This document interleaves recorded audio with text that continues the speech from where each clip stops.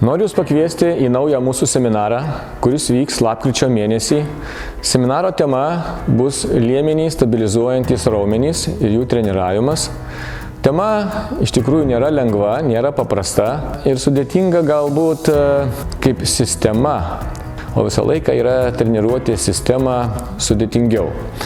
Ir kad mums nepasimesti tokia gausoje pratimų ar ne, treniruoklių, visų pirma, mums reikia išsiaiškinti kai kuriuos dalykus. Sužinosime, nuo ko pradėti, į ką kreipti dėmesį.